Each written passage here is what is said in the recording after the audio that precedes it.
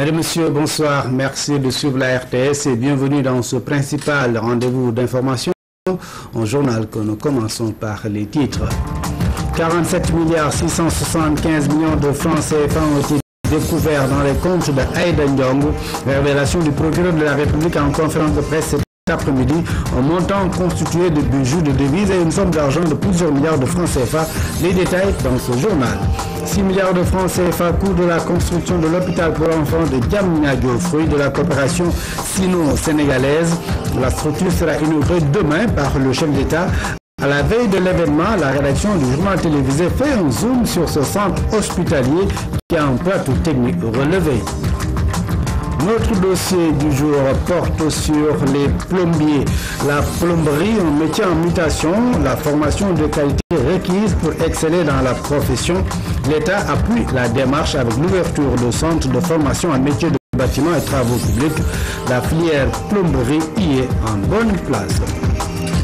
La Corée va accompagner la politique de développement du Sénégal à travers notamment un soutien à l'agriculture moteur de croissance économique. L'Agence de coopération internationale de la Corée va également soutenir les programmes sociaux du chef de l'État tels que la CMU et les bourses de sécurité familiale. Annonce faite par le président de la COICA qui a été reçu puis décoré cet après-midi par le président de la République. Nous l'écoutons au micro de Pape Birame Biguendiaï. Subject was overall cooperative and friendly relations between the two countries, particularly. Ils ont parlé en général de la coopération entre les deux pays, la Corée du Sud et le Sénégal, et la contribution de la COICA dans cette coopération dans le domaine du développement rural et sa contribution aussi dans l'augmentation, dans son intervention en agriculture aussi. Il y a eu plusieurs sujets qui ont été discutés.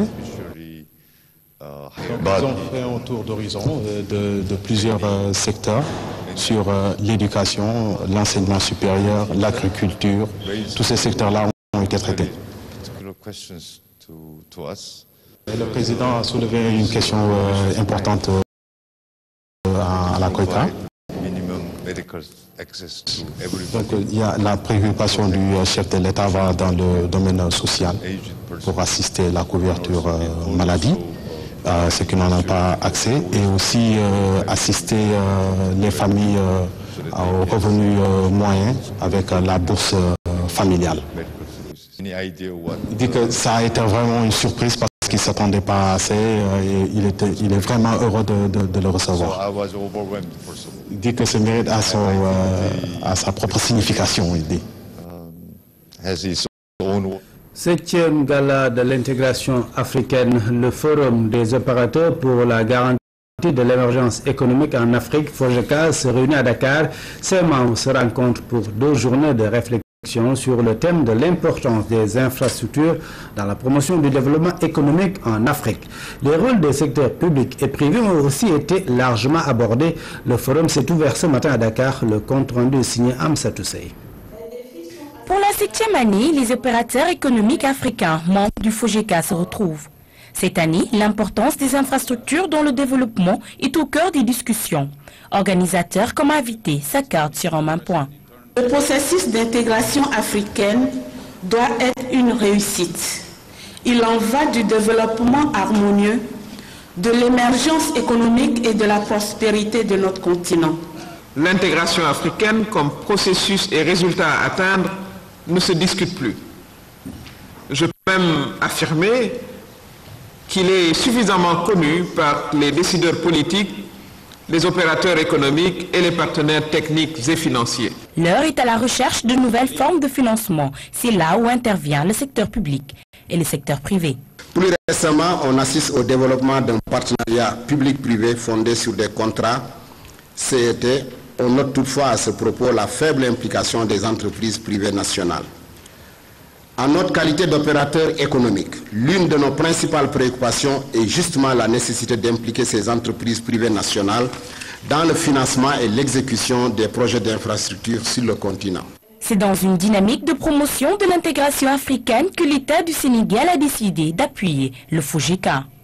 Votre forum est donc fortement attendu pour apporter une réflexion constructive sur la contribution du secteur privé dans la prise en charge des projets d'infrastructure pour l'intégration et le développement de l'Afrique. Mesdames et messieurs, c'est presque une palissade que de dire que les infrastructures jouent un rôle moteur dans la croissance économique. Nous le savons, ils constituent le socle du développement et la base essentielle de l'intégration physique, économique et politique. Un jour de débat au terme desquels les conclusions seront présentées à l'Union africaine, avec comme seul objectif favoriser l'intégration économique africaine. Je vous le disais dans les titres de ce journal, 47 milliards 675 millions de francs CFA, c'est la somme globale de la valeur des bijoux et argent trouvés dans les comptes bancaires et coffres de Aïda Ndiong. C'est une révélation du procureur de la République. Serine Bassirou Gueye était face à la presse cet après-midi. Damsila. La somme attire l'attention. 47 milliards 675 millions de francs CFA, c'est le montant global trouvé par la justice dans le cadre des enquêtes sur le dossier d'Aïda Ndiong. Face à la presse, le procureur de la République est revenu sur quelques détails de son enrichissement. À la date du 7 janvier 2014, l'ouverture de 7 coffres appartenant à Mme Aïda Ndiong, ou à des sociétés qui sont sa propriété, ainsi que l'exploitation des documents bancaires en notre possession, nous montrer que 23 milliards 400 millions lui appartenant étaient dans une institution financière de la place. Des bijoux d'une valeur estimative de 3 milliards 500 millions ont été aussi trouvés. L'argent et les bijoux ont été saisis par le juge d'instruction. À la date du 16 janvier, donc hier, un montant de 8 milliards a été trouvé dans une institution de la banque, l'institution financière de la place. Des bijoux d'une valeur estimative de 12 milliards ont été aussi retrouvés. Saisis, photographiés, laissés donc sous la garde de cette institution financière. Aujourd'hui, 250 000 euros ont été retrouvés dans une enveloppe, dans un coffre lui appartenant. 20 000 $ aussi, et des bijoux d'une valeur de 600 millions. En résumé, l'estimation provisoire des biens retrouvés se chiffre à 47 milliards 675 millions. Selon le procureur de la République, la manne financière trouvée était destinée en grande partie à la lutte contre les inondations. Que tous ces montants qui ont été trouvés ne concernent aucun marché de phytosanitaire. Ça concerne des tentes, ça concerne des motopompes, ça concerne des matériels de la maison de l'outil, etc. L'argent n'est pas encore saisi par la justice. Pour le moment, Aïda Ndiong bénéficie de la présomption d'innocence. Inauguration ce samedi demain donc de l'hôpital pour enfants de Diamniadio. La structure sanitaire a coûté près de 6 milliards de francs CFA. C'est le fruit de la coopération sino-sénégalaise. Depuis le début de ses activités, l'hôpital pour enfants de Diamniadio a déjà consulté près de 8000 patients avec 4 pôles.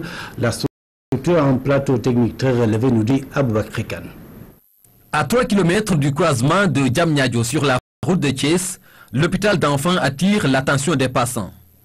Une nouvelle structure sanitaire dédiée à la tranche d'âge de 0 à 15 ans avec un plateau technique de référence. L'hôpital a une capacité de 140 lits avec 4 pôles pavillons. Un premier pôle qui abrite les consultations externes et les urgences. Un pôle qui regroupe tout ce qui est technologie médicale, en l'occurrence les laboratoires d'hématologie, d'immunologie, de parasitologie et de bactériologie. Il y a un troisième qui est entièrement dédié aux hospitalisations. Les hospitalisations de la médecine et celles de la chirurgie. Un quatrième qui regroupe l'ensemble des services administratifs. Depuis le début des consultations externes et en urgence en août 2012, L'hôpital offre un plateau médical très relevé dans différentes spécialités. Il s'agit entre autres de la pédiatrie médicale, la dermatologie, la cardiologie, la chirurgie pédiatrique, l'ORL et l'ophtalmologie. À cela s'ajoute un bloc opératoire où les interventions ont commencé depuis juin 2013. Nous sommes à plus de 8000 consultations depuis le début d'ouverture jusqu'à maintenant. Donc cela fait 18 mois de fonctionnement et à peu près 200 interventions chirurgicales. C'est une stratégie de la tutelle d'avoir choisi cette zone d'implantation à mi-parcours entre Dakar et les régions. En plus de ses missions de soins, d'enseignement et de recherche, l'hôpital d'enfants de Diamniadio mène également des actions sociales sous forme de campagne annuelle. 550 circoncisions gratuites ont été faites à l'endroit des enfants des localités environnantes, en particulier Diamniadio, Sébikotane, Yen, Sendou, Rufisque, etc. En plus, des consultations d'odonto aussi ont eu à être effectuées pour plus de 1000 enfants scolarisés des écoles environnantes. La structure a aussi signé des conventions hospitalo-universitaires avec les facultés de médecine de Thiès et de Dakar. Elle reçoit ainsi des médecins universitaires, notamment dans les spécialités de l'ORL, l'ophtalmo et la pédiatrie médicale.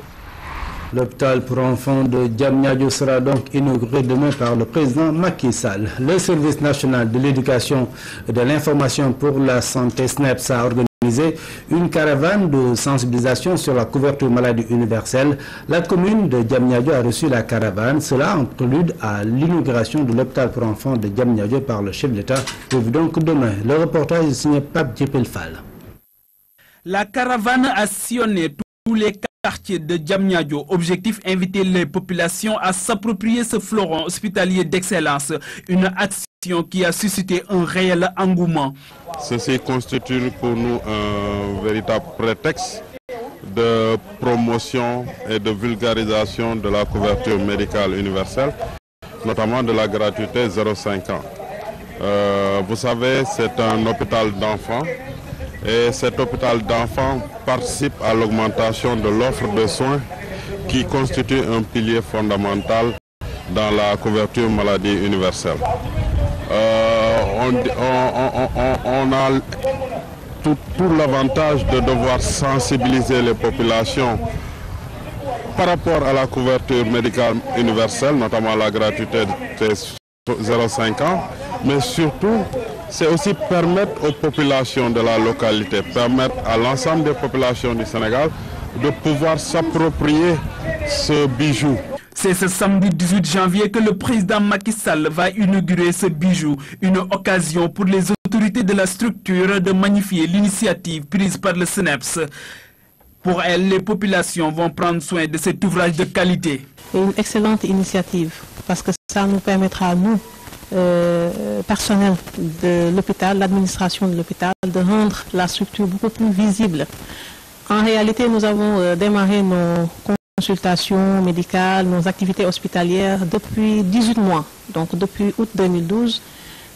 C'était des activités en réalité qui n'avaient pas la visibilité qu'on voulait vraiment. Donc cette inauguration-là et cette campagne du SNEPS vient à son heure et permettra aux populations environnantes, aux populations du Sénégal, de savoir que l'hôpital d'enfants de Diamniadio a officiellement ouvert ses portes. L'hôpital d'enfants de Diamniadio est le fruit de la coopération sino-sénégalaise. Cet établissement hospitalier va jouer un rôle essentiel dans la politique de santé du chef de l'État qui entend donner une bouffée d'oxygène à ce secteur. Permettre à tous les Sénégalais de se soigner en cas de maladie, c'est la raison d'être de la couverture maladie universelle, un nouvel instrument de solidarité nationale lancé par le chef de l'État, le président Macky Sall. La CMU vient en son heure. En effet, au Sénégal, 8 personnes sur 10 n'ont pas accès à des soins. Pour faire plus ample connaissance avec la CMU, voyons ce dossier signé Oumou Baldé.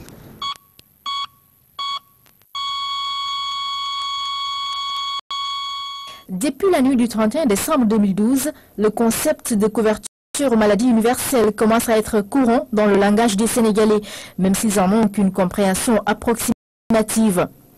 Des fois, je l'entends à travers les médias. Bon, c'est une couverture qui est généralisée maintenant. Je pense que c'est une bonne idée. Hein. Si c'est pour faire la couverture des étudiants. Il paraît que c'est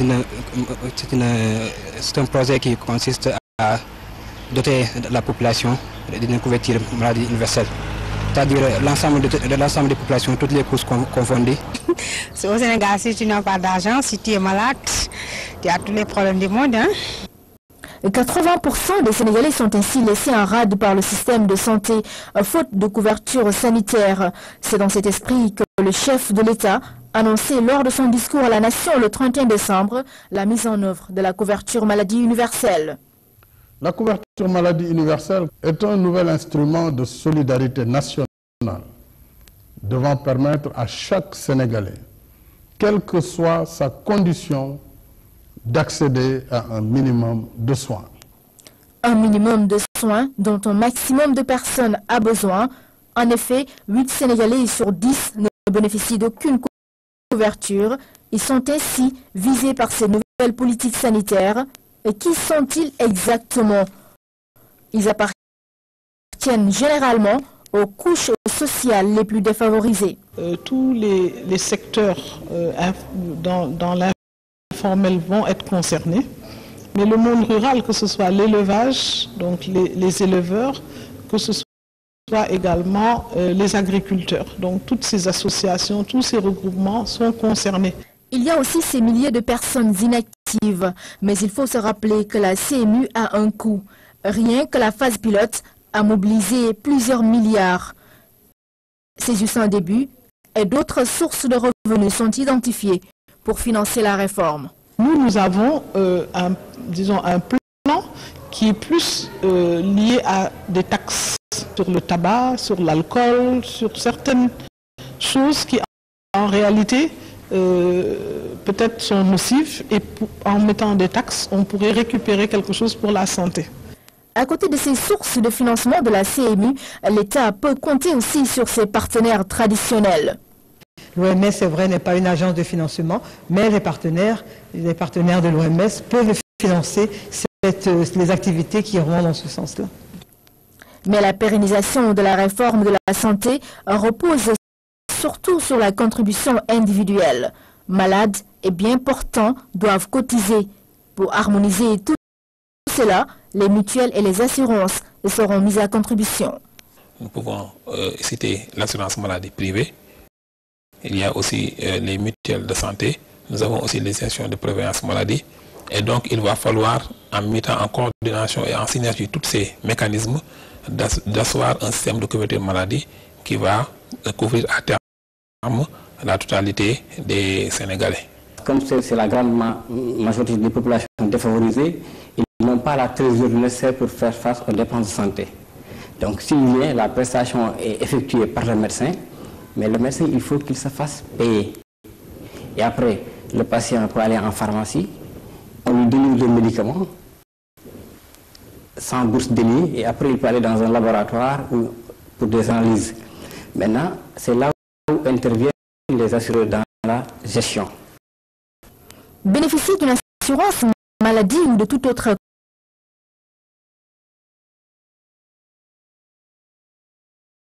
couverture sanitaire adéquate, c'est l'objectif principal de la CMU.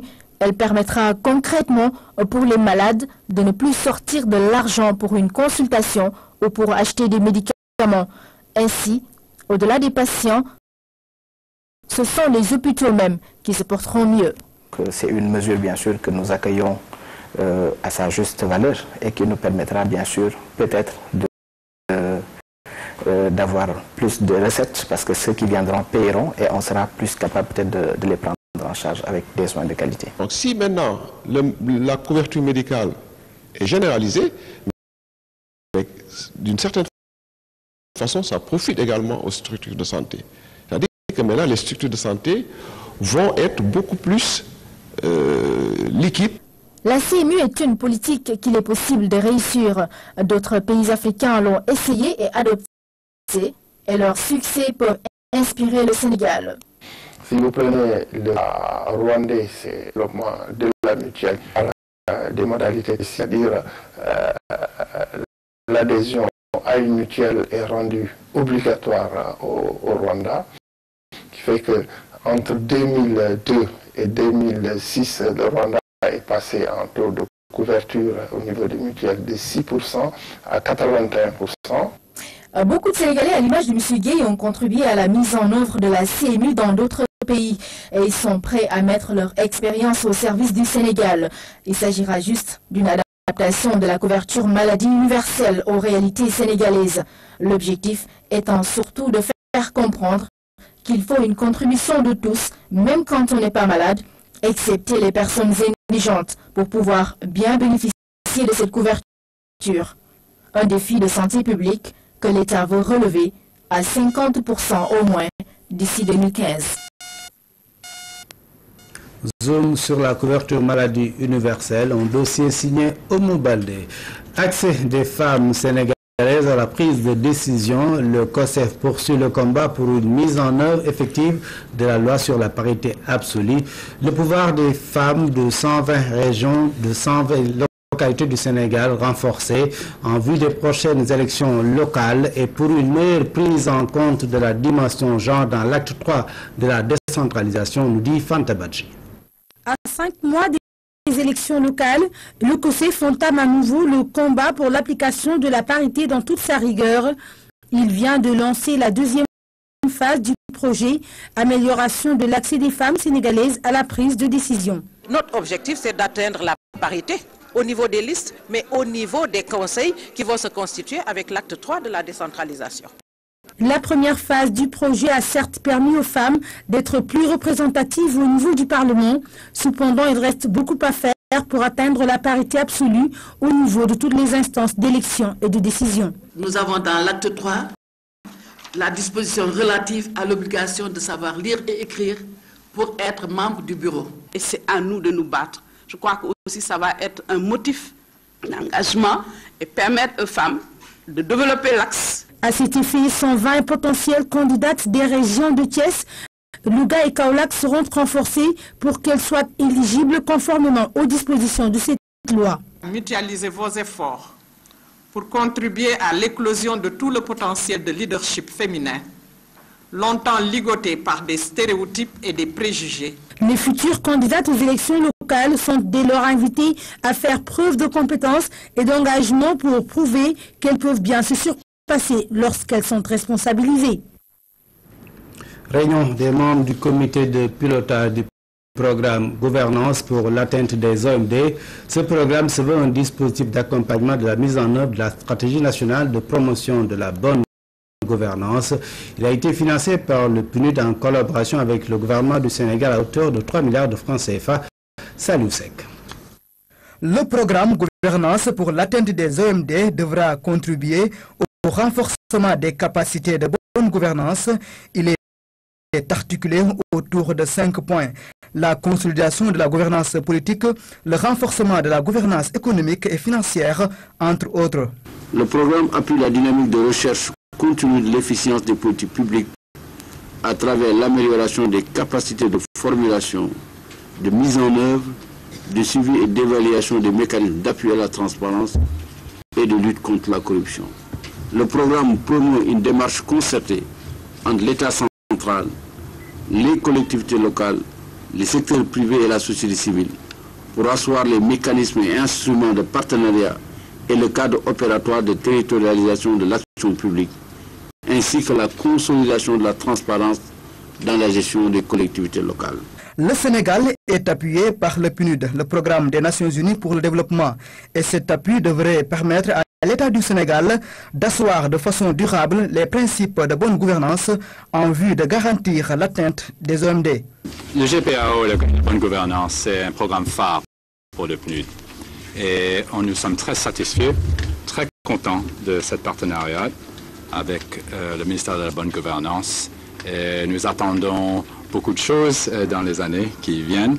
Et certainement, comme le ministre a dit, l'efficience, transparence, je pense que ce sont les mots-clés. Et aussi la participation